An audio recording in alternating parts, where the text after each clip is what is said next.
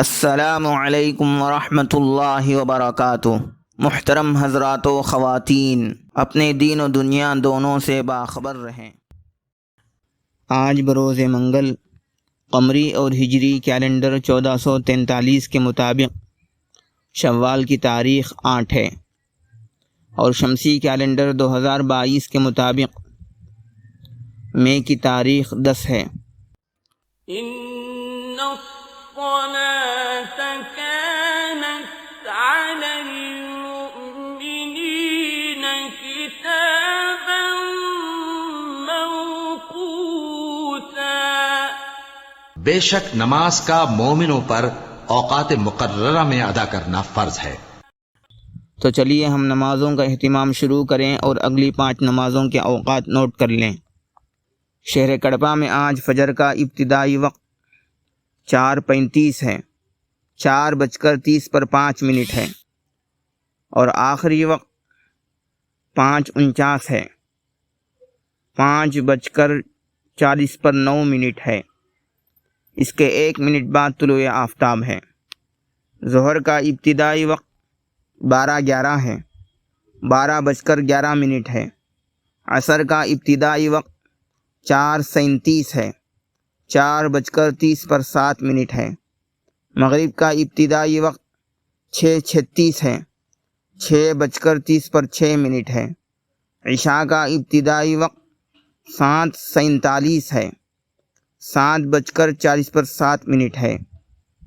عشاء کا آخری وقت 4:30 ہے، 4:30 ہے اور سحری کا آخری وقت بھی یہی ہے۔ آج کی نصیحت بغور سماعت فرمائیں۔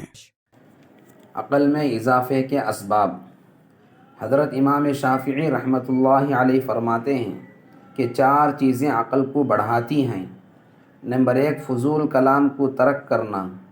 نمبر 2 مسواک کا استعمال کرنا۔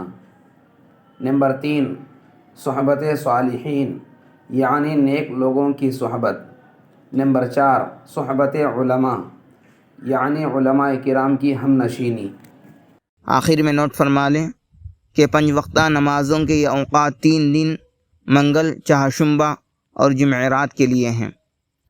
من جانب دفتر محکمہ شرعیہ اسلامیہ، مسجد فاطمۃ الزہراء، محل نقاش، کڑپا، آندھرا پردیش۔ بسم اللہ الذی لا یضر مع اسمہ شیء فی الارض ولا فی السماء وہو السمیع العلیم۔ عزیز مکرم، ابو داؤد شریف کی روایت میں ہے، حضرت نبی کریم صلی اللہ علیہ وسلم فرماتے ہیں، جو شخص صبح سویرے یا رات کے وقت یہ دعا 3 مرتبہ پڑھا کرے تو اس کو کوئی چیز تکلیف نہیں دے گی۔ ایک دوسری روایت میں ہے کہ جو شخص ان کلمات کو صبح کے وقت کہے، شام تک اس کو کوئی ناگہانی بلا نہ پہنچے گی۔ اگر شام کو کہے تو صبح تک کوئی مصیبت نہ پہنچے گی۔